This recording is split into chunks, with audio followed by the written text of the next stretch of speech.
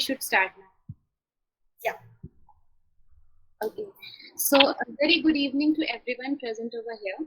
Welcome to the Travel Talk of TravStack. First of all, thank you everyone for taking out the time and joining us today. And special thanks to our teacher, Avantika, for making this session happen. I am Ishita from TravStack. Let me give a quick introduction about TravStack first. So, TravStack is a travel technology company based in India and Singapore.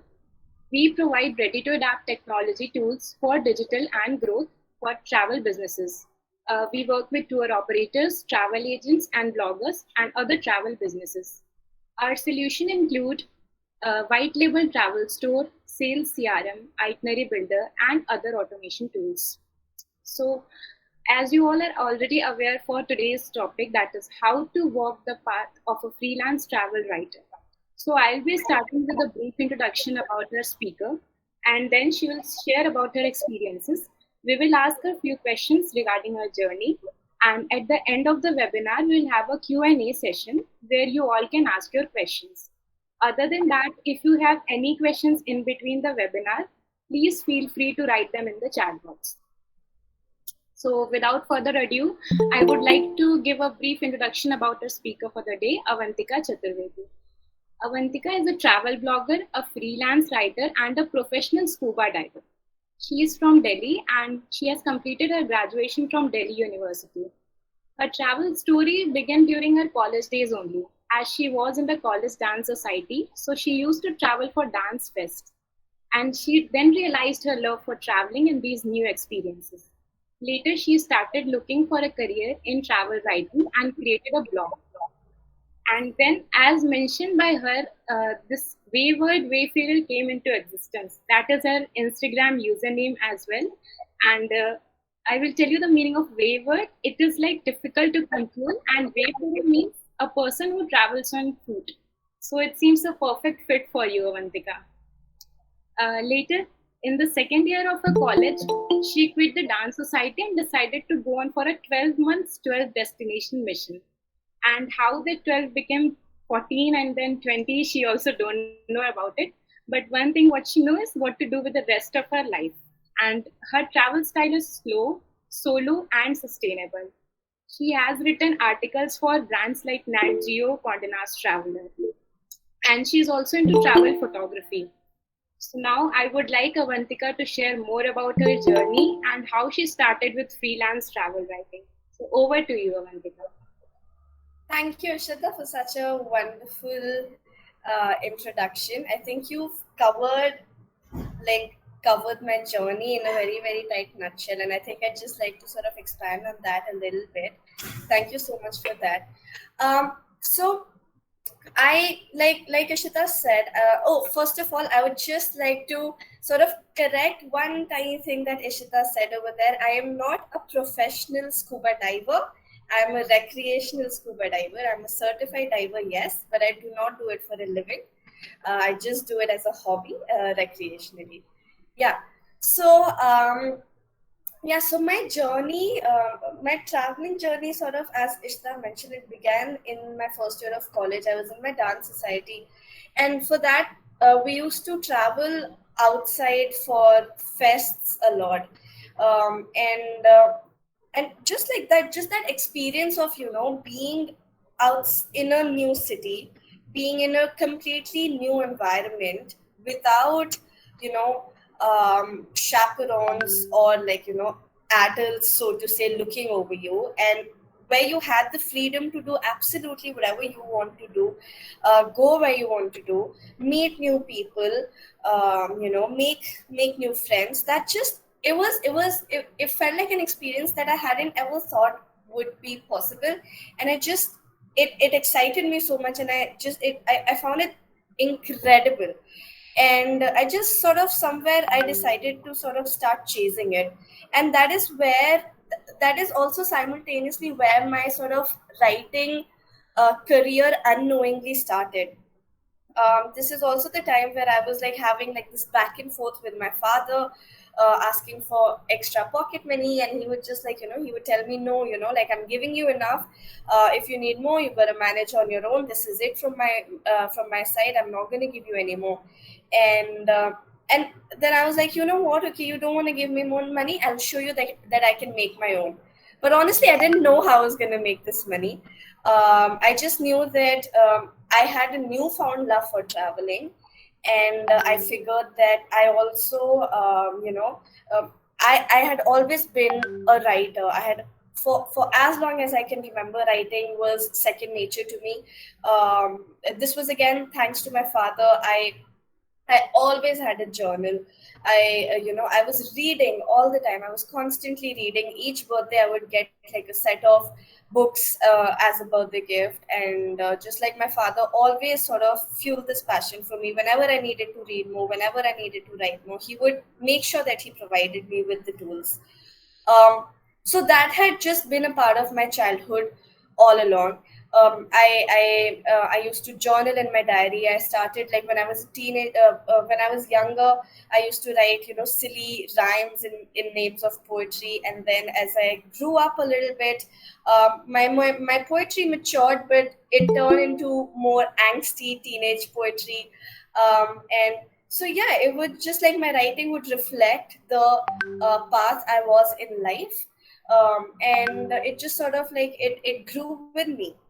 So I knew that, like, if I have to earn money, it will it can only happen through writing. That is something I knew, but I didn't know that, content writing is something that people do. Like, when I sort of like thought of writing, I only knew that, there are people who are hired by magazines to write, who sort of go around, who interview people, who do journalistic research and then write articles. I didn't know there was like a scope of writing purely online as well.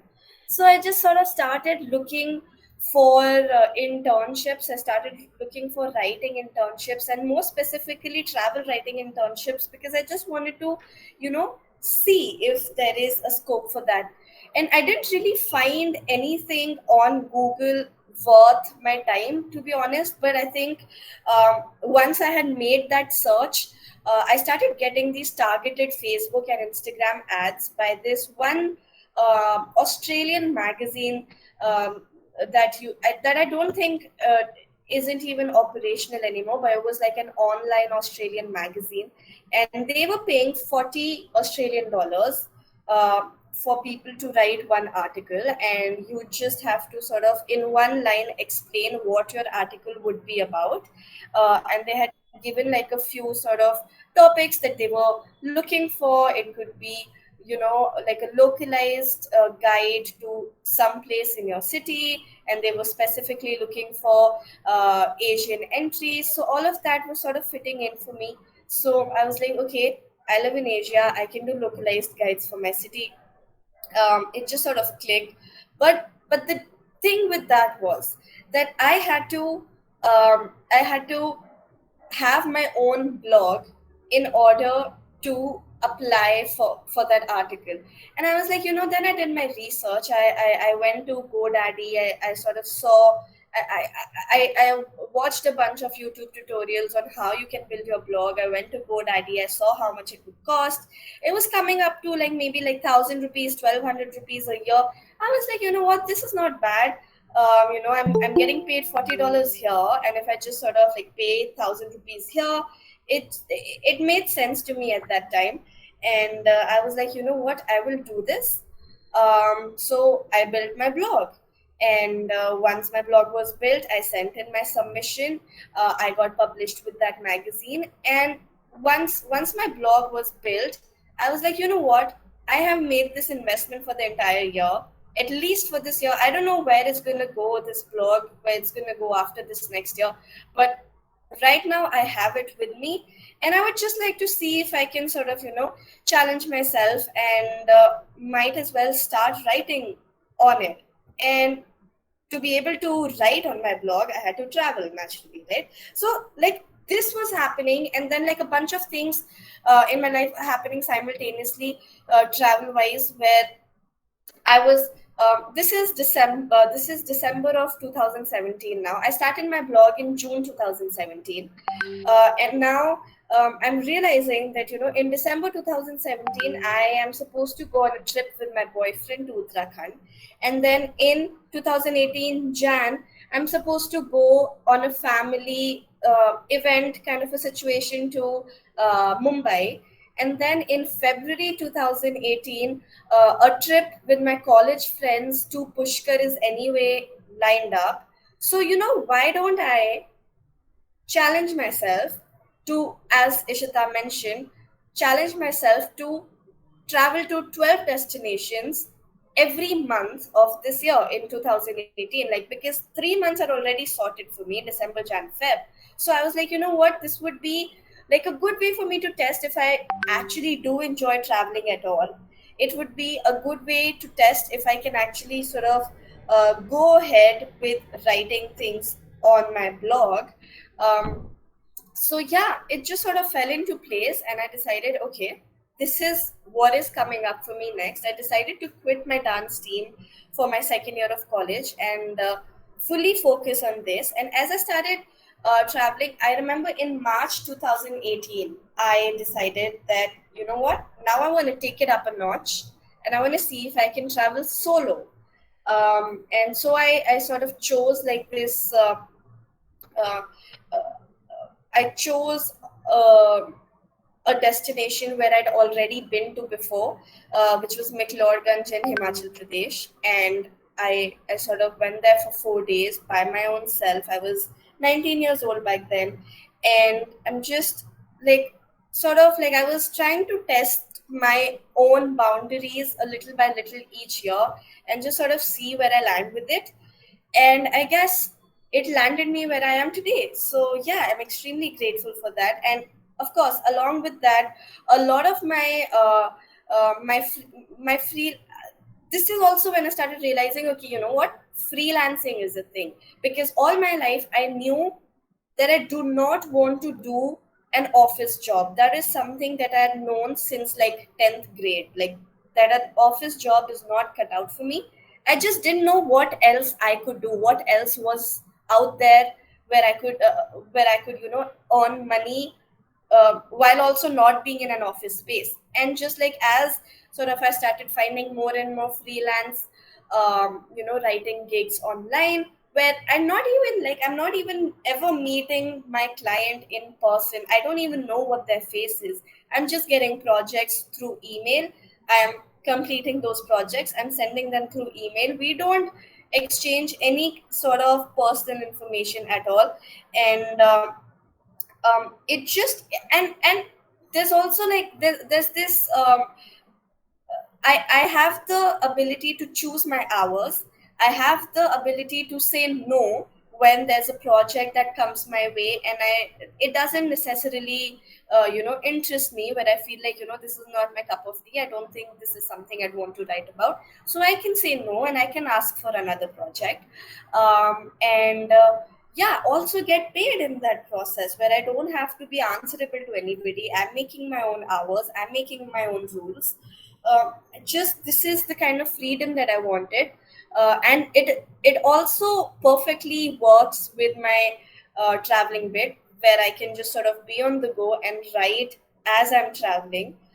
So it just sort of seemed like the perfect fit that had come together, and I decided to continue doing that. And in continuing to do that, my the gigs that I was getting also progressed. I started with writing for Tripoto and Thrillophilia, which I'm going to be honest, did not pay well at that time. Like, you think that these two big travel companies, they'll pay you great, but they absolutely did not. But I didn't know that back then. I thought, you know what, okay, fine, maybe this is the money I will make now, and I was fine with that. And it just sort of it kept with each uh, project, with each new project I landed, the money kept getting better. And ultimately, then I got published. So this is through the course of the years, right? And now, like, this year I was published with Nat Geo. I was published with Condé Nast. I was published with Vice. So this is the kind of travel writing that I genuinely want to be doing.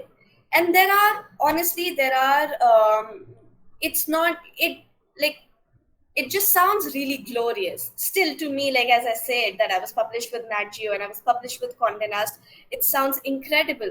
But that entire process was also very tedious, and I just need to be, I guess.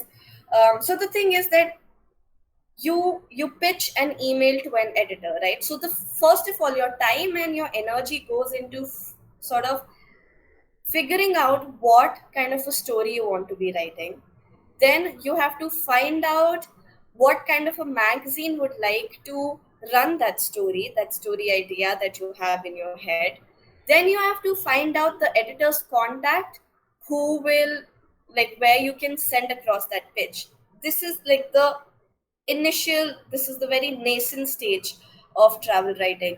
And then once you have all of this figured out, you send in your pitch. Your pitch needs to be airtight. Your pitch needs to sort of tell the editor what is the story that you want to be running. Why is this story important? Why does this story need to be told now? And why are you the perfect person to be writing this story? Do you have what kind of authority do you have on this place? What kind of knowledge do you have on this subject? What kind of networking do you have that you will be interviewing so and so people, asking these people these questions? How will you sort of get this story together, right? So your pitch needs to be airtight. And then once you send that across, you have to keep following up, because Indian editors are notorious, are infamous to be extremely slow with their email responses. So you have to constantly keep following up. Every 3-4 business days, you'll be like, hey editor, hey so and so, name of the editor, do you like, have you had the chance to look at I have so and now currently, so that is, we will get to that later in a bit. But apart from that, I also do a lot of ghostwriting, which I recently sort of realized that other travel bloggers also pay you to ghostwrite for their blog. So you would be writing under their name, and I know it doesn't sound the most appealing and enticing. It's really not. It's not my soul work, but it pays good money, and I've realized that. And now I've realized, as a writer, especially as a writer in India, the money is in international clients. So that is where my target is currently. And yeah, that's how my writing journey, my freelance writing journey has been. And I think now we will wait for the question answers. Yeah, actually, that was part of that part like later on. Yeah. So actually, thanks for sharing like your journey, and it's like really amazing how you started and explored this freelancing part. So moving onward, now I would request Kyatika to start with the question and answer session. Over to you, Kyatika. Thank you, Ashita, and hello everyone.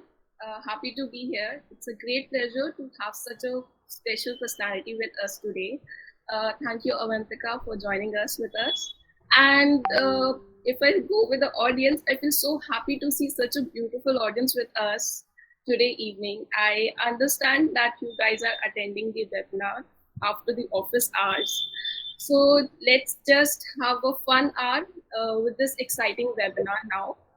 And without any delay, we will start our question answers round. So my first question for Avantika is, like, what was your calling moment to decide on travel as a career? Like, I think, honestly, it was just, I can't really pinpoint this one moment where I felt like, aha, this is my calling. It felt like a very, very gradual progression where I don't know how else to put it, but I just felt like the universe just sort of put me in a path, and I realized that I am absolutely enjoying this path, and I want to continue walking down this path. There was no single moment where I was like, oh, this is what I want to be doing. It was just like before I even knew it, I before I even realized it, I was already on that path. All I ever knew is that I'm a good writer and maybe I can make something out of it. And then, as I mentioned previously in college, um, you know, um, as I mentioned previously, traveling sort of came my way. And also, it wasn't just in college. It was also like if I look further back, because my father is in the army, like this is just the kind of lifestyle we had always lived, always moving from one place to the other. And so I guess it just sort of made sense. And I think, yeah, and it just sort of happened. And I guess that is also why I've been comfortable with change. I've been comfortable with going from one place to the other quickly, adapting to new environments, to meeting new people, and it just sort of became second nature to me. And I think that is just like sort of that is how I gradually progressed into being a writer and a traveler full time. That's interesting actually. So what made you decide to go for freelancing? It's because you don't like 9 to 5 job. Yeah, I mean, I don't even know. Okay, so I don't know. For all I know, maybe if I do a 9 to 5 job, I will like it. But I don't know, I'm not gonna comment on whether I like them or not. But just like the concept of having to report to somebody, the concept of, There are not having like flexible working hours, not like, if I simply and just like if I simply don't want to work today, is my boss going to let me do that? I don't think so. So I wanted that freedom. I wanted to not be answerable to anybody. Why do I not want to work today? I just don't want to, and that should be okay for me. I didn't want to sort of I didn't want weekdays to dictate my life.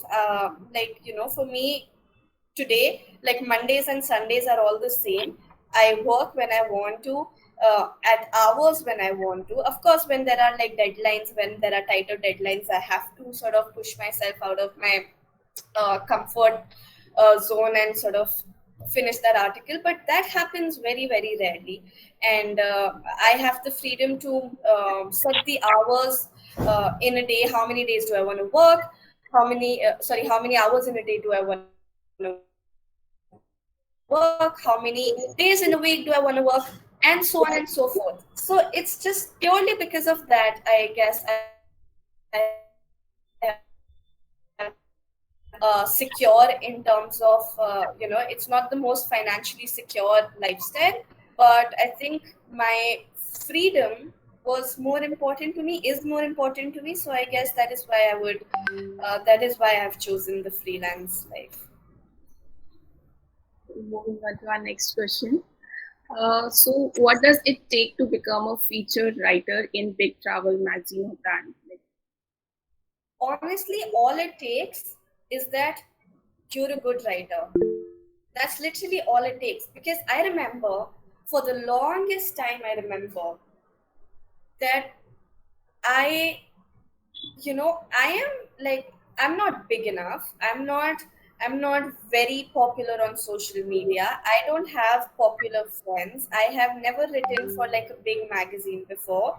And thus, no editor is going to pay attention to me, which I later realized I feel like I wasted 2 years of my life just believing this lie. And it was honestly just that. It was a lie. I wish I don't know why I don't know what put that seed in my head, but it was absolutely false. And so if that is where any of you are right now, where you feel like, like, oh, like to be able to sort of write for Nat Geo, I need to like have written much more. And just like, I need to have more experience. And sure, yes, you need to show the editor your writing samples. Yes, you need to show the editor what kind of a writer you are, what style do you have in terms of writing. So you need to be able to send the editor a few links. for me, when I sort of pitched to Nat Geo, I had never written for another magazine before. Just by the way, uh, my only experience included all the content writing and ghost writing I had done before, which is honestly like it's not that, like, you know, it's not that big of a deal because there's just so many content writers out there. So it was just my blog which sort of set me apart. Um, so that was my only link that I sent to Nat Geo. And that was, yes, that was also the first pitch I sent out of the three that I mentioned.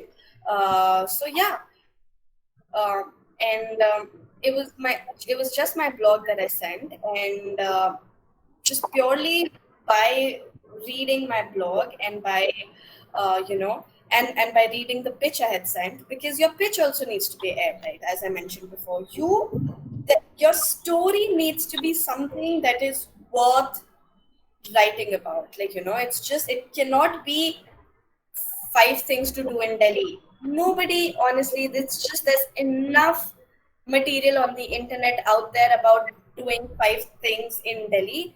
So there's nothing new. There's no story there. But as like, but if I say, like, if I write about the the pottery, the potter communities living on the outskirts of Delhi who've migrated from, say, whatever, Gujarat, Rajasthan, and have made a living here.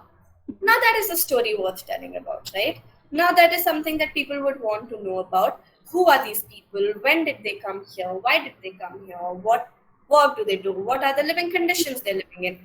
And all of this needs to be mentioned in your pitch, right? So when you're writing the article, yes, you can leave your readers in a sort of like a, you know, like a cliffhanger or a hook as to like what they're doing, what not. But when you're pitching an article to an editor, it needs to be like, you need to show all your cards. This is who I am. This is the story I want to be doing. Will I have photographs for it? Yes or no?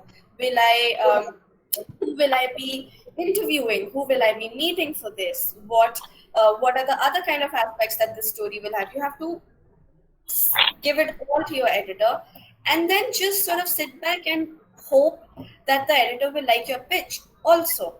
You know, a lot of times what happens, because these magazines, they're understaffed and overworked, so a lot of times your email will go amiss.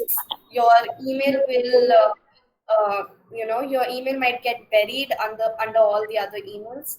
So just be consistent with following up until you either hear a yes or no. Don't stop following up. That is how I landed my Nat Geo and my Condé Nast articles both, because editors just wouldn't respond to me. And that doesn't mean that they don't want to take you on. That doesn't mean that they don't like your story. That just probably means that they have not read your email because it got buried. So keep following up every 3 to 4 business days. Keep saying, hey, did you get the time to look at my email? Hey, just wanted to check in if you've had the time yet or not. So yeah. Yeah, the thing you just mentioned, like it was in your head, like the big brands, why it will take me. So this is something we all have, like even if you're a beginner or just a starter, just know how to just how to express it yourself. So that is something very interesting, like a part you just take it out. And my next question is, we know you root for sustainable tourism. So three piece of advice for someone to adapt to sustainable living or traveling.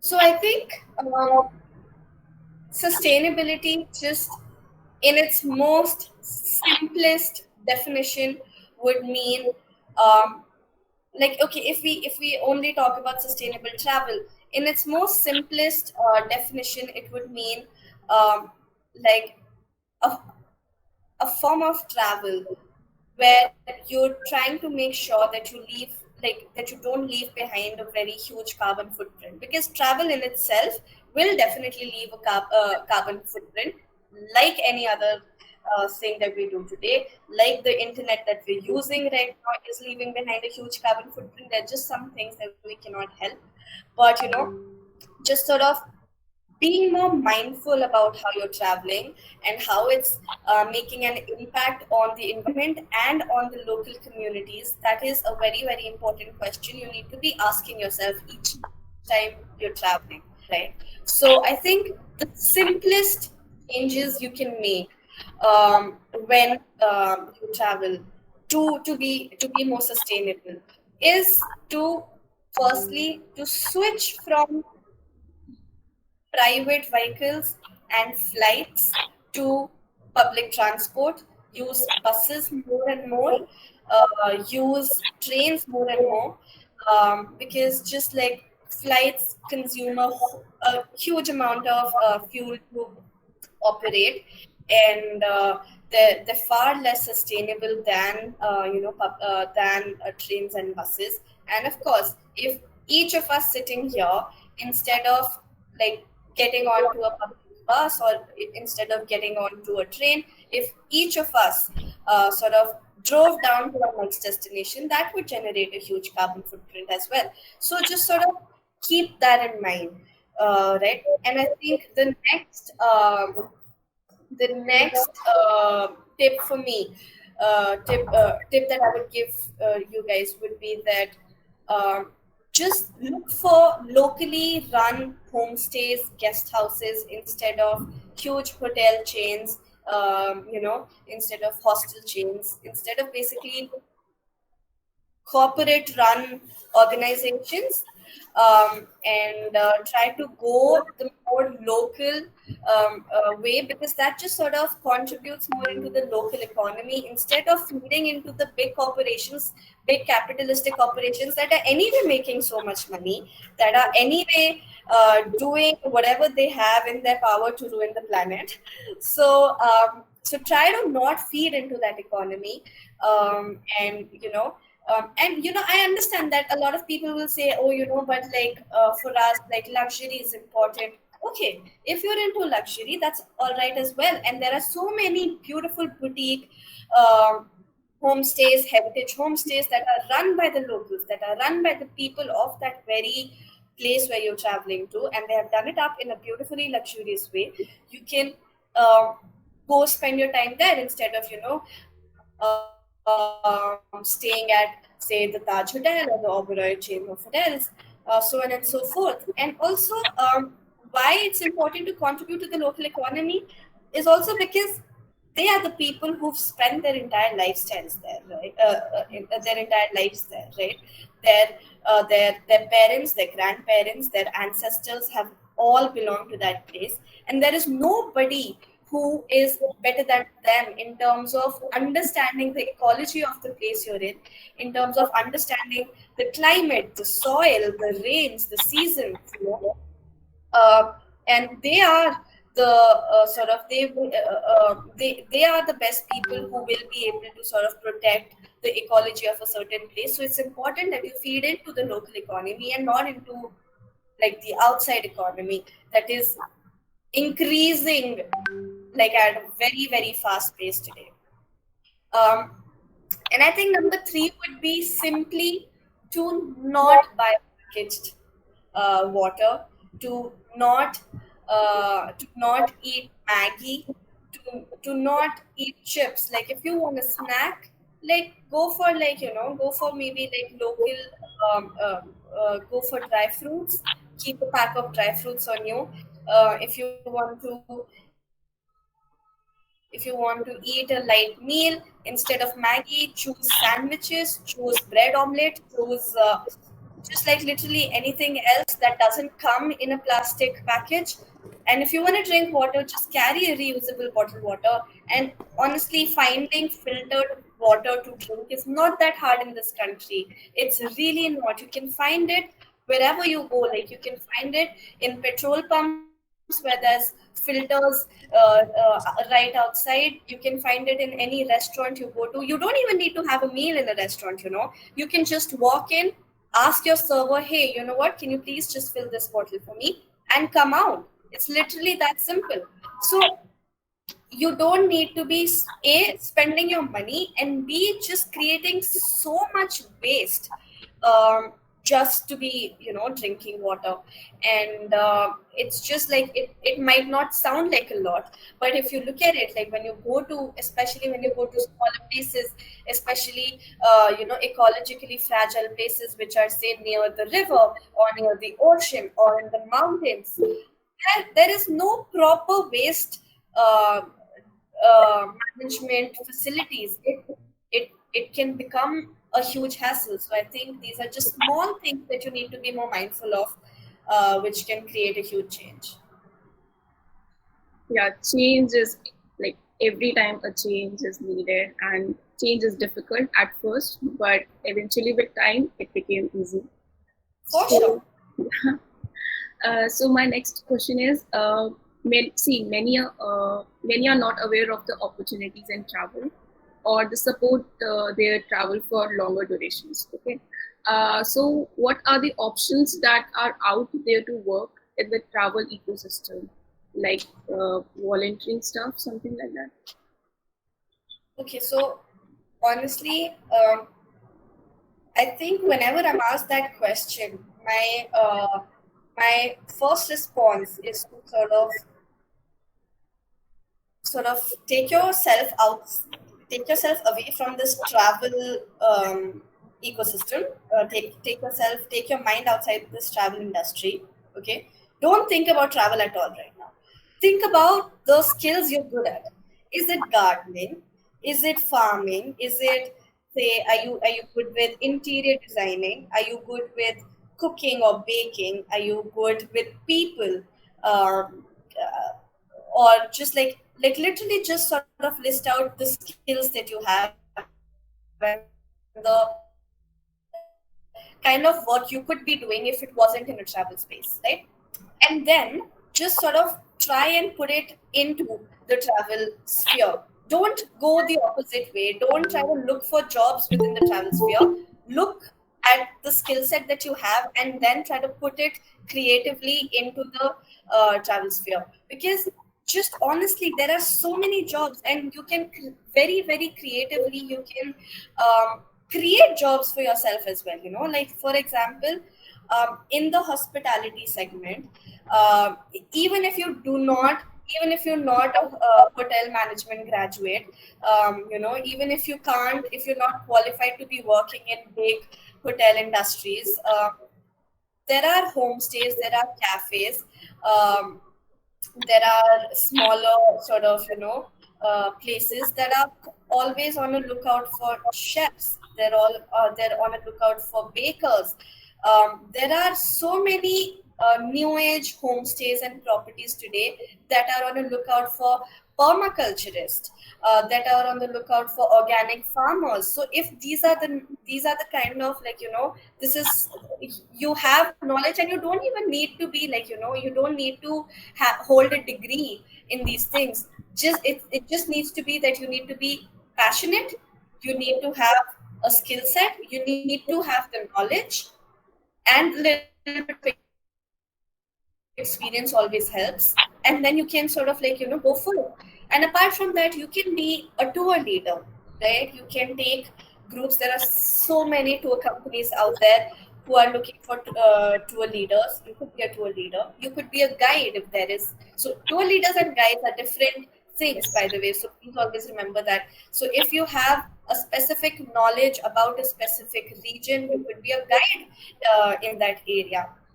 uh, you could, if trekking is your thing, you could be a trek leader. If you like the water more, if you like the ocean more, you could be a professional scuba diver, you could be a professional, um, you could get into adventure sports, so to say. You could be a professional paragliding pilot. So just think of, it could be in the hospitality segment, it could be in the adventure sports tourism segment, uh, it could just be like literally anything. It could be into the farming and like sort of like things to do with plants, like for the lack of better words. So yeah, that's always been my advice. So just sort of like think of the skill sets you have, and where do you look for these places? Like sure, like Naukri.com and Jobs.com and all of those platforms do not list these places. But if you sort of, there are so many Facebook groups where you can like get connected, um, and where you can introduce yourself and be like, hey, this is who I am and I'm looking for work in this sector. Or you could also just directly reach out to cafes, homestays, boutique properties, that hey, I'm so and so, and I just wanted to check, are you looking for say a chef or a baker? Because this is who I am, this is my work experience, I would love to come there and work with you if you are. And if not, do you think you could recommend me to somebody in your circle who might be looking for such a person? So just try to network online in that way. Instagram and Facebook are great ways to network as well. So yeah, honestly, it's just as like it's limitless when you think of it. That's like you put it all three passionate about knowledge, and you put all three things together, and you just need to find a way, I guess. Yeah. So, what are your top skills as a content creator, and one needs to invest in if they're looking to get started? My top skills as a content creator. Okay. I think I'm a good writer. I think that's what this entire webinar is about. So that does that should not come without you know surprise. But like yeah, writing is definitely my biggest forte. And apart from that, I think I understand the trends of social media very well. I might not like them. That is a different discussion. But I can understand social media trends. So that works in my favor as a content creator.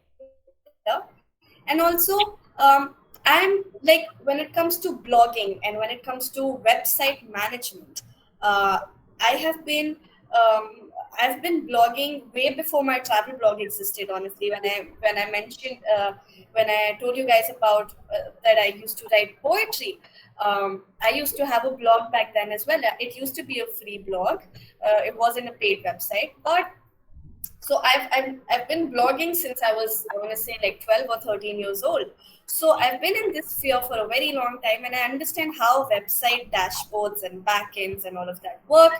And even if I hit a roadblock and I'm not able to figure out how it works, I know that there's just so many online resources I can sort of get in touch with. So my website I've built entirely by myself. I've never sought professional help. And even today, whenever I hit a roadblock, I don't have the money to seek professional help, so I do it by myself. So yeah, I think these three are definitely my top skills as a content creator, which have helped me grow many folds. And in terms of what kind of skills you would want to invest in, it honestly just purely depends on where your area of interest lies. You know, um, do you want to be a photographer? Then you need to invest into photography classes. If not, then you need to invest your time into photography tutorials online. You need to invest into a good camera. If videos and YouTube is your forte, then you need to figure out what kind of videos work best for YouTube. What are the trends on YouTube? How do you make it big in YouTube? And then um, invest into filmmaking. There's so much you need to learn how to edit videos. You need to learn how to use post processing tools like Adobe Premiere Pro and so on and so forth. So it just depends on what kind of a niche you're trying to get into when it comes to content creation. If you want to be a blogger like myself, then you need to know how to build how to build a blog from scratch. You need to know search engine optimization skills, which are which are going to then help your blogs land on the first page of Google. So, like for me, like if you search for best places to eat in Beadwilling, or if you search for best places to stay in Beadwilling, or if you search for Manali to Spiti Valley via Atal Tunnel, my blogs are the ones that land on the first page of Google search results. So you need to know, you need to invest your time and your energy into learning these skills. And just like a side note, by the way, that I am going to be running like workshops on, on building your own blog and then learning search engine optimization to sort of grow it further. So if that is something that you do want to learn in the future, perhaps, please do connect with me and we can sort of talk about that further. But apart from that, yeah, so it just, you need to find out what is the niche you're trying to get into, what is your area of interest, and then sort of, go from there. We will just have a last question. So the last question of the webinar is, so how much investment is needed to start a website, like to have your own? In terms of money? Yes. Honestly, not a lot. So when I started, like I told you, it was only 1,000, 1,200 the first year, right? So your domain, so there are two parts of it. So this is also something that we speak about in my workshop if anybody wants to join it later. But there are two parts of it. One is the domain, one is the hosting, right? So your domain will just come down to what, 150 rupees a year, depending on which service provider you're using, and the rest would be your hosting. So yeah, the for my first year it was just 1,000, 1,200, and then it, like when you want to sort of um, extend your subscription, it grows like then it grows like it grows crazily. Like then I remember my second year, it jumped to like maybe I want to say 5,000 rupees or something, and then it straight away shot up to 18,000 a year. And then I had to sort of migrate. So then, like I was with GoDaddy, then I migrated to another service provider, and I migrated thrice, all because I was not able to find a very cheap deal. But then, like I'm currently with Big Rock, and they give me like a sweet deal, which was about 6,500 for 5 years. So depending on the service provider you're using, you'll get a rate, and then depending on the service provider you're using, you'll also get that kind of a customer support, which is also another important factor worth considering. So yeah, it's not a lot. It doesn't, you do not need to like shell a huge amount of money to build it, at least not in the first year, most definitely not in the first year. Okay, that's interesting and very quick way of explaining such a difficult topic. So we have almost came to an end to this beautiful and wonderful webinar. Now let's start with the Q&A session for our audience. You can either unmute or write in the chat box. And we have few questions in the chat box. So there is one, I will just read out the questions.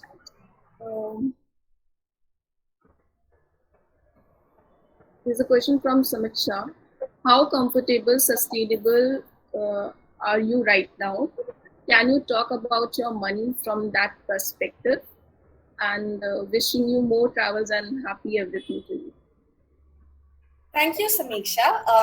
Honestly, I am initially when it started, I was a little, it wasn't the most comfortable experience, that's for sure.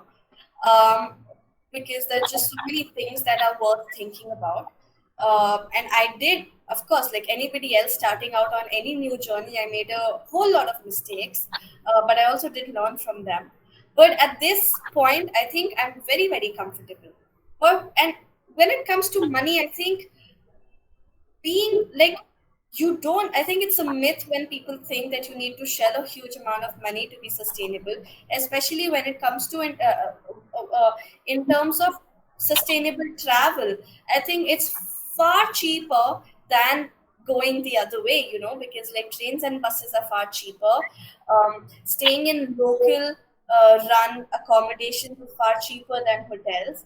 Eating locally produced, locally made food is far cheaper than eating out in restaurants. So in terms of travel, it's definitely cheaper. But yes, I understand when you're trying to continue the sustainable lifestyle in a city, it is a huge, it's a whole other sort of game. But it always doesn't, it doesn't always need to be, because if you think of it this way, if you choose to buy your vegetables from your local vendor right outside your house on the street, instead of buying it from Your audio got from supermarket. Not using plastic, you're also feeding into the local economy and you're getting it cheaper. So it's like there's a lot of different ways you can think about it. And so yeah, and I understand that there are certain aspects in the city, especially, that come out to be more expensive. But I think there's just like there's workways around everything, and if you just really put your heart to it, you will be able to find a solution. I hope, Samiksha, you have got your answer. So the next question is from Ankita. What platform or channels do you use to find writing gigs? Sorry, could you please repeat that? What platforms or channels do you use to find writing gigs? Honestly, I did try out platforms like Upwork and Fiverr when I started out, but it didn't really. I wasn't able to get a very good response from there. So then I branched out into Facebook groups. So that I'm a part of a bunch of Facebook groups, honestly, and I'm a huge advocate for Facebook groups, because I feel like if you want to if you're in need of a community, there's a community on Facebook already existing and you can join that. So there's just so many groups out there looking for content writers in India. Then there's one group called Media Movements, which basically it's for PR professionals in Delhi or in India.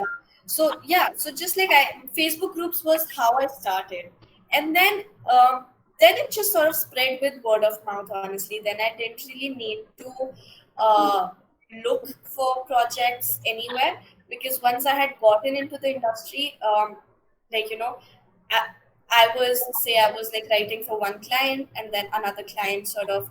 Uh, that client asked me, hey, I have a friend who's starting up this company and they're looking for a content writer. Would you be interested in something like that? I was like, yes, please do pass on my details to them. And then that's how I got in touch with them.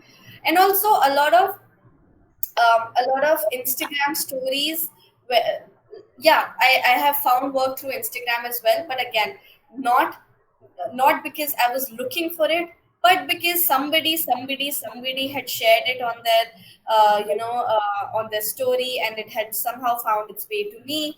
And just that's how I found work, mostly like through my networking, through the people I'm in touch with. That's how I found work. And yeah, and now again, like now that I'm in getting into ghostwriting, I am sort of going back to the Facebook groups once again. There's a lot of Facebook groups out there for where bloggers from all over the world um, sort of come together to help each other with their blogging needs. So that is where now I'm looking for ghostwriting gigs and all of that. So yeah, it's just been mostly Facebook and Instagram for me, and word of mouth.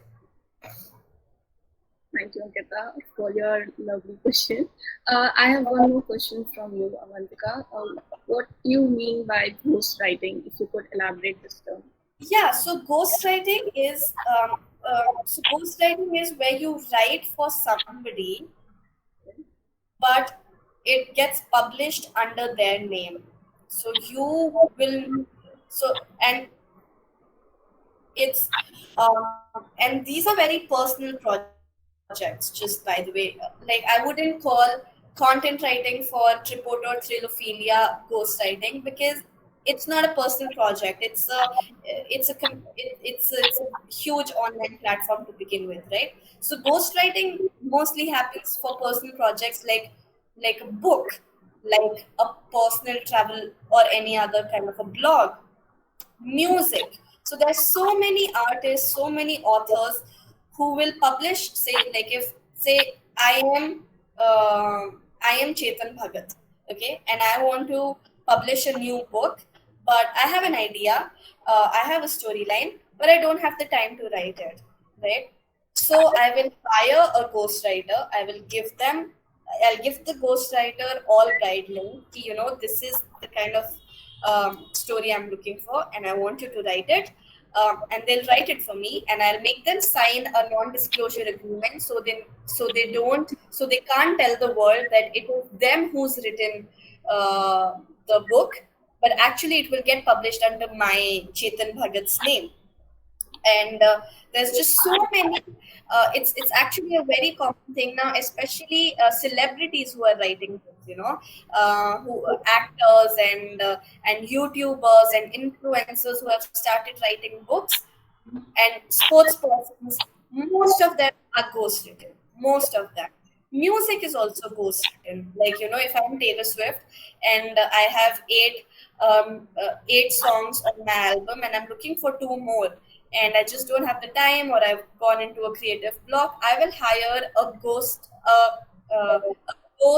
songwriter, and they will write my song for me, but it will get published under my name. So the same thing applies to blogging as well. There are travel bloggers who, because of the simple conversion rate, from, like, if you convert like dollars to rupees, just because simply, like, outsourcing labor from Southeast Asia is cheaper for the West, simply because of that economics, this sort of system of ghostwriting exists for bloggers as well. So most of them will hire ghostwriters from India, Pakistan, Bangladesh, so on and so forth, and pay them to write for their blogs. And for us, it turns out to be a good amount of money, right? And for them, it's not a lot of money, and they're getting content on their website, and we're getting money. So it just sort of works out in that sense. So that is what ghostwriting is. Thank you for explaining such a new term and introducing with us. Moving on to our next question from Harshit Singh. My question is how to find or choose a reliable editor. I have heard sometimes the content can be misused as well as or published further in different names, etc. It's uh, it's a question of trust. Okay, so honestly, when you're writing for big publications like Nat Geo, Condé Nast, and like all of these other, like, say, Outlook, Traveler, or whatever, you will always sign a contract before your article gets published. It is them who will send across the contract. You go through the contract. It has a bunch of clauses. It will talk about how, mostly how it goes is that you cannot use that article anywhere else. Like, the publisher, the magazine will retain exclusive rights to it. They can use it to promote whatever, like, they can use it on social media. They can run ads through it. They can promote it however they like, right? And so yeah, it's just like a bunch of these clauses. So this protects you as a writer, it protects you, and them as the client, it protects them, so that neither parties misuse the content that's being written. So you are so that is like the simplest sort of way of me explaining this. When you're writing for magazines, even if it's not a big magazine, always ask for a contract. And if they do not have a contract, look one up online, speak to your lawyer friends, figure out a way to make a contract yourself, to make sure that you are protected, and to make sure that your content is protected, and it does not get misused and reused somewhere else without your name, without you getting the money for it, without you getting the credits for it. Am I allowed to add few words here, Khyattika? Harshit this side. Yes, yes, please. Yes. Hi, Avantika. It's Harshit. I've been into travel industry for more than 10 years now. I've worked as a tour guide initially, and now I'm working as a tour leader. So I've basically traveled to almost the entire country with different travel groups, and then to Sri Lanka as well, and to Maldives as well. So I've covered quite a bit of Southeast Asia and Europe also. So, and the last 2 years were basically like we had nothing to do. So I just came out with this thing to just summarize what I've done in the last 8 to 10 years. And I would say I'm almost ready, but that's the only thing which is just keeping me like I need to find someone reliable because I've heard uh, a colleague of mine, he just mentioned that you need to go through the Grammarly and do the editing on your own. Just use that paid package of Grammarly because you're not sure how the way your content can be used in the near future. Even if you publish something, there can be few glitches here and there. So that's what it's like keeping me from just moving ahead. Uh, And but mhm. But as you mentioned, yes, that's the right way because just to have a contract or just to find a legal way to go through with someone. But there should be some recommendations and all uh, about a reliable person whom you can just keep on following up as you mentioned because it's always a matter of time. All. So I would just see from now on if I can follow your guidance. Thanks, Harsha. It was really nice to sort of chat with you there for a little bit. I also want to add one more thing to this is that, whenever you're putting content out there on the internet, you are always at the risk of people misusing it. That is just a part and parcel of being on the internet, of being online. And sometimes there's nothing you can do about it. Sometimes, a lot of times, you won't even come to know that your content has been used by somebody else without permission, without credits, without money, and it'll exist somewhere deep into the internet, and you will never know about it. And it's just something that you have to make peace with. You just have to tell yourself that, what, this is just like a risk that I am taking as a content creator by being on the internet, and it's just a part and parcel of this life. And apart from that, another thing is that a lot of times, like, even you sign a contract with a magazine, they'll publish your article, and sometimes, like, even the magazine won't know that it's been, like, it's been taken off. Once you do find out, yes, there are legal ways, like if you've signed a contract, there are legal ways you can sort of go, but sometimes you will never find out. So you have to be okay with that, you know and as far as editing and writing, sorry, my cat is creating a little bit of a ruckus in the background. um, as far as writing and editing is concerned, editors don't check for your grammar. Yes, that is a very, very small part of it, but that is not the sole job of editors. And honestly, you don't need paid Grammarly. Free Grammarly is just about fine to give you, to give you like basic spell checks and basic, syntax suggestions. But apart from that, the editor is going to help you outline the story, structure the story in a better manner. The editor is going to help you give the story the direction it needs to be readable to an audience, where an audience will actually be interested in reading what you have to say. The editor will give you guidance on what else you can add to the story, what are the other sort of, what are the other kind of ideas, what are the other kind of angles you can look from for the story. So that is what the job of an editor actually is, to, like, help you shape the story better.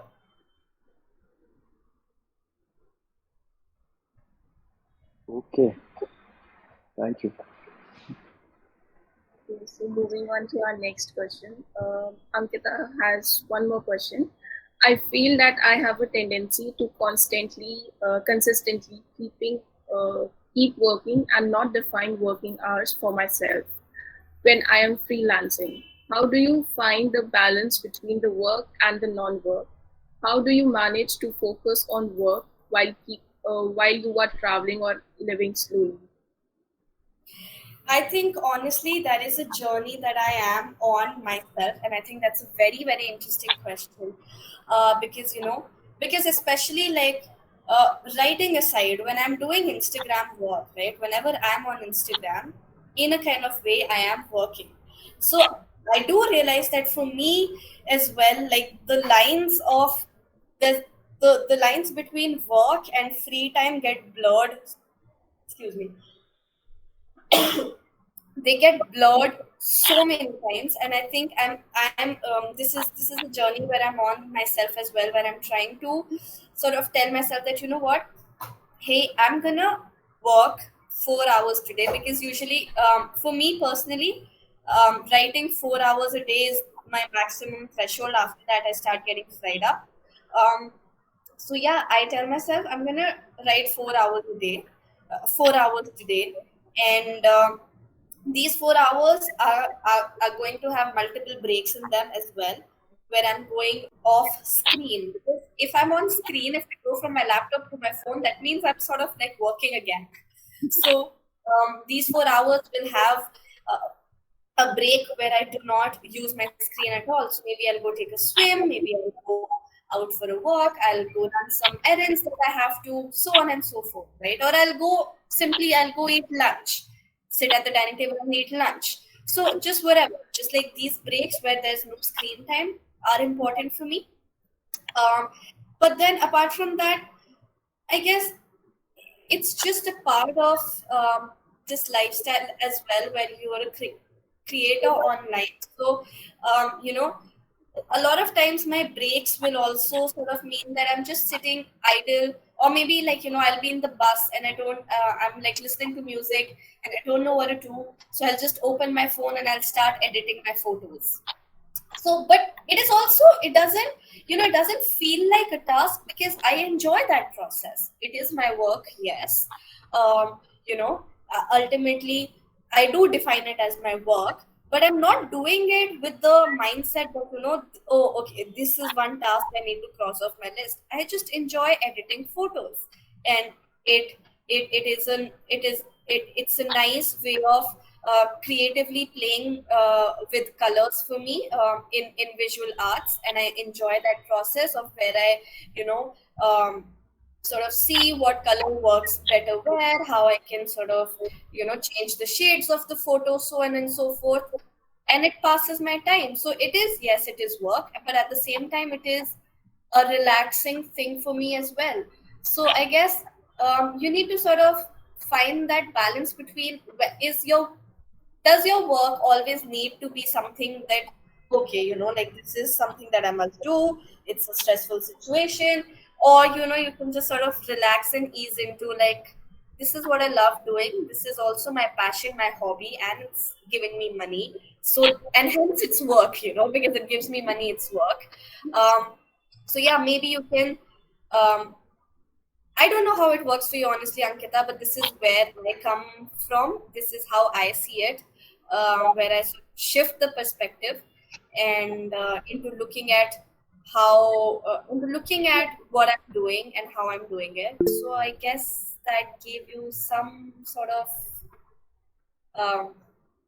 just helped you with your question a little bit. It was an interesting question. And moving on to our next question. I'm so sorry, I don't know what is your name, but your question is how to know that I am a good writer. Any tips? Ask people to read it, get feedback. Um, just throw it out, you know throw it out to your audience, whether it's your family, whether it's your friends, whether it's your teacher from professor from college, or teacher from school, or it's your co-worker, or if it's like an online blog. Just throw it out and ask. Ask for critical feedback. Don't tell them, I don't just want, it's a very good article. Ask for constructive criticism. Ask how you can be better at what you're doing and if people actually enjoyed reading it or not. Ask somebody trustworthy. Ask somebody who knows what they're doing. That's all. That's how you can know that you're a good writer. And also have faith in yourself. If you feel like, if you if you've been writing for a bit and just sort of just have faith in yourself, and allow yourself the space to grow as a writer as well. I hope it answers the question. And the next question we have from Sandeep. Hi, I love traveling and I always wanted to be a writer. However, due to society pressure, I became an engineer. I want to rekindle my passion for writing on travel. How do I start?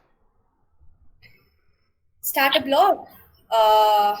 You know, just and do it. Don't do it as a, like, if you already have a career in something that is taking up most of your time, start it as a hobby. Start it as a passion project. And you don't even need to get a paid blog.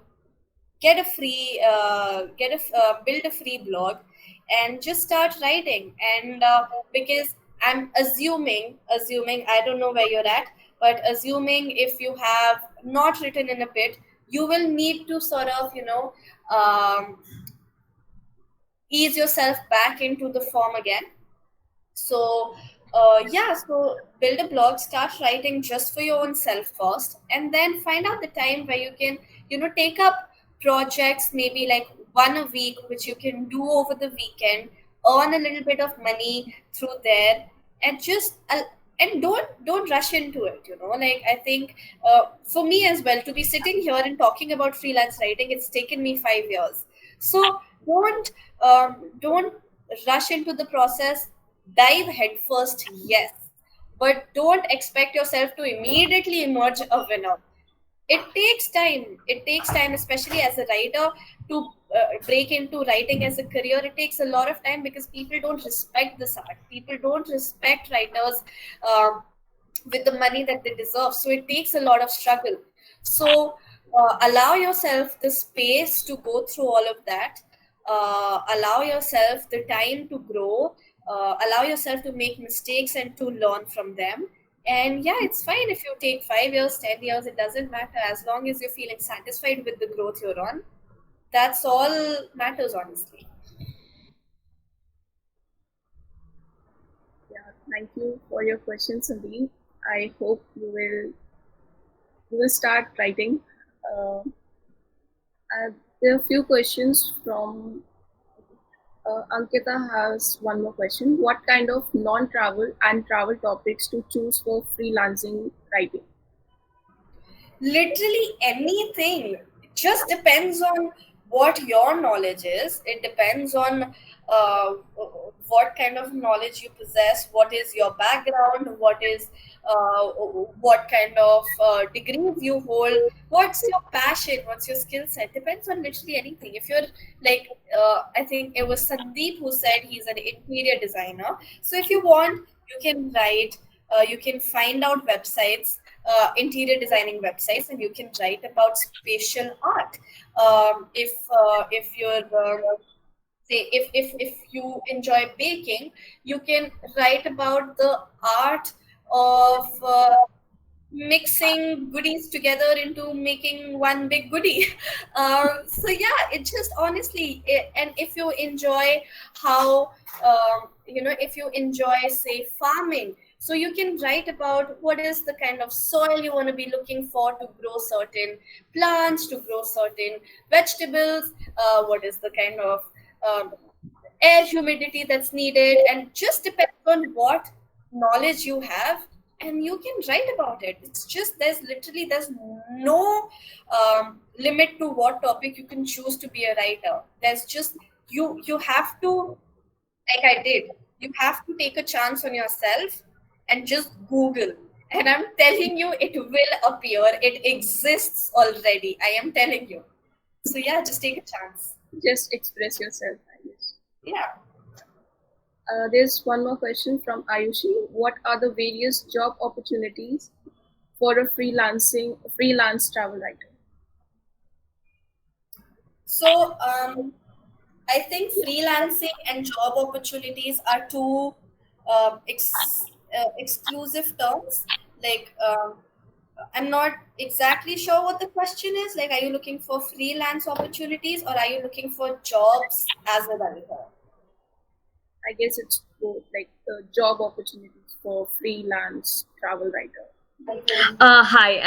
I mean, by that, the various projects that we can work on. Like recently, I have been going through your, profile, and I just got through. You worked on a certain kahani something project. You worked it on, right? So, like, how come we can choose our projects? Basically, they could be job opportunities as well for the some of the people, like for a certain duration. But then like, is there any platform that they can go through for these kind of projects? Yeah, like, how does it work? So I think you're talking about the Kahani Ki Dukaan article I wrote for Condé Nast. Yeah, yeah, Um, yeah. yeah, so I was living in Bede for 6 months, and Kahani Ki Dukaan is based out of Gunehar, which is a village 3 kilometers outside of Bede. So when I was in Bede, I came to know about Kahani Ki Dukaan. I visited them. Anoop and Jasmine became good friends of mine, and I just thought, you know what, this is a good story right here, and I want to write about this. So I wrote about it and I pitched it to Condé Nast, and it got accepted. So it's just about you finding stories in the moment where you're in, like today, like the example, I don't know if you remember, a little while ago I gave you the example of the potters outside, living on the outskirts of Delhi. That was an idea I got yesterday while I was like sitting in the rickshaw, and I was going and I passed one of these potter communities, and I was like, you know what, maybe I can write about this and maybe I will. So it's just about keeping your senses open and constantly being like, you know what, oh hey, this is something I definitely want to write about. This is something that the world should know about. And then the process of finding the right magazine and finding the editor for that magazine, pitching, following up, that's when it begins. But in the present, you need to just always be on the lookout for stories, because stories are all around you constantly. Wherever you go, stories are there. You just need to allow yourself to be open and receptive to those. Thank you so much. So there is one more question from Samiksha. It's money versus time always. How do you manage that? Okay, I'm assuming this is in terms of sustainability. And yes, 100%, it's like you need to devote time to be sustainable. And I think that is the entire point of it. I think leading a fast-paced life is creating a negative impact on the environment and on ourselves as well. So that is the entire point. That is the fight that you want to fight, right? Like, even if you're making, say, like, you know, these days, at your homes you can make your own bioenzymes, which can act as substitutes, like natural substitutes for toilet cleaners, for floor cleaners, dishwashers, so on and so forth. They take time to make. It takes at least 24 hours to make a bottle of bioenzyme. And on the other hand, you can open Swiggy Instamart and order a detergent in less than 20 minutes. So that is a fight you have to fight. That is an option you have to choose. And there is no other way to it. There absolutely isn't. Because if you, like, it is this very fast-paced lifestyle, it is this very need of everything should be instant, everything should be now. That is what is inherently creating such a negative impact on the planet, and that is the fight that you need to fight. I guess that was the answer. We will take just one last question from Lee Haraka. I'm sorry, I'm not pronouncing your name correctly. Recently, due to reels, blogs, and video information, do you think blog writing is facing a backlash and losing its relevance? Relevance, I'm so sorry. I love this question because I get asked this all the time. And honestly, tell me one thing. Sure, like, yeah, reels are there and Instagram posts and all of those are there. But when you want to actually plan for your travels, when you're like, okay, fine, I'm going to go to the Andaman Islands. And now I want to start, like, maybe next month I'll go to travel. So I need to start planning how I'm going to go, where I'm going to stay, what I'm going to eat, what are the activities that I want to do you so then how do you, you may or may not find reels related to the Andaman Islands, but when you Google that specific things, blogs and articles will pop up. So no, like, writing will never lose its relevance ever, because it's and we've seen what happened to Orkut, we've seen what happened to TikTok. Social media platforms, they keep coming and going. For all we know, 3 years, 4 years down the line, meta universe will crumble and it will no longer exist. But YouTube, sure, yes, I think YouTube videos have like a far more a longer shelf life, because again, uh, they work through through the method of search engine optimization again. So when you look for something on Google, now YouTube videos also pop up. So I think, and then it depends, honestly, like, it depends whether the consumer is more inclined towards reading an article or towards watching a video. And it that is like a personal preference, and it depends on like how informational that video or that article can be again. So no, it's not going to lose its relevance so long the internet exists. Websites will exist, and people will Google things left, right, center. And if you're good with search engine optimization, your blogs will pop up on the first page of Google search result, and people will read your things, and you can monetize it. And you can join my workshop to learn how you can do all of that. But yeah, it's not going to lose its relevance. It's not. Yeah, people read magazine nowadays also. Like, it's something they will never get it. Yes. I'm so sorry. I have a question to ask, if I can. Yes, please. Yeah, thank you so much. Avantika, I just wanted to ask you a few things. So I have been working as a tour manager from I usually make people travel to Pan Indian abroad. And I have a lot of stories to share. So I share it through my Instagram page, pause the moment for a while, and I do some, live storytelling sessions. Apart from this, I want to ask you that which are the other platforms that you would recommend that where I can share my stories and it can reach to a maximum number of people. So if you're trying to get into like sharing stories through say through writing through the written medium, um, you could look into Tripoto. Although I'm not a huge fan of it, because I will always constantly I will advocate having your own personal blog instead of writing for Tripoto. But I also understand Tripoto has done a great thing with creating such a huge audience for every newbie writer out there. So maybe that is something that you can you know um, that you can sort of start with. And especially if you're doing it for your for the tour company that you own. If that is if you're sort of doing it for the lead generation of it, Tripoto could actually be a great thing, because it's very easy to get readership on Tripoto. It's very easy to find an audience on Tripoto. And when people will read your article, they will go back to your, say, your profile, or you can link your send backlinks to your maybe like the website of your company, or however you want to do it. So that is a great way to sort of begin and get an audience. And on the worldwide platform, I'd say medium.com is again like a great place to start with. It is more or less actually very similar to Tripoto, but it is a much more global platform. So you can write your blogs on Medium and they can again reach a huge number of people. And Medium will also, like, how Tripoto also, the articles that are doing well, they will sort of pick them and, like, create ads out of them for Facebook and Instagram. Medium does that as well.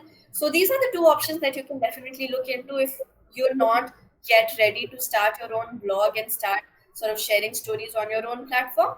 So yeah, these two methods I think would be my recommendation to you. Thank you so much. That means a lot. Thank you so much. So we have come to an end of this webinar. Thank you so much, Avantika, for answering all the questions so patiently. And it was great to have you today evening. There is, like, through our interaction, there is one observation I have made, is that your personality is kind of similar to Dolphin, who is joyful, loves to swim, and has a fun on her journey, friendly, socially open, yet knows her boundaries, and intelligent with boldness. So thank you so much, Avantika, and thank you everyone for joining us today. Thank you so much, Kyatika. Thank you, Ishita, for having me. I just wanna, before I go, I just wanna say a quick thank you to everybody who sent in like these questions, because a lot of times, like when I'm doing like these webinars, they'll be about content creation in general and not so much about writing. So it's just really incredible to meet people who are genuinely interested in becoming writers. And I think I don't find that very often these days, and it's just like, so yeah, thank you so much, Kyatika and Ishita and Monica, for sort of providing this platform where the bunch of us could connect. And yeah, if you'd like to sort of stay in touch with me, please hit me up on Instagram. I'm at Wayward Wayfarer, or you can send me an email as well, which is hello@waywardwayfarer.com. And I'd love to stay in touch with you. Thank you so much, everybody, for joining me. Thank you once again. Thank you, Avantika. Thanks a lot. And thank you, everyone, for joining us today. We had a great session. Thanks again.